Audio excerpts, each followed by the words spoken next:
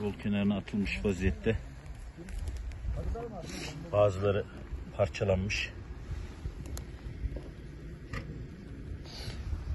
dökülmüş. Paketler halinde, bir kısmı toprağa dökülmüş vaziyette. Renk ve görünüm itibariyle metamfetamin maddesi olduğu değerlendirilen uyuşturucu maddeler. Yine aynı şekilde yolun kenarına atılmış vaziyette, içi parçalanmış kutuların içerisinde. Renk ve görünüm itibariyle metamfetamin maddesi.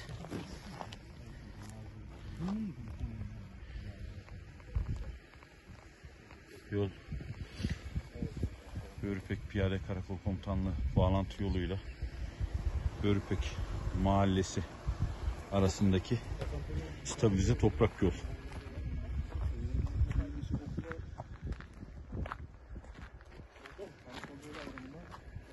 Börüpek Piyade Karakolu yol kenarına atılmış, çuval içerisinde ve parçalanmış vaziyette metamfetamin maddeleri.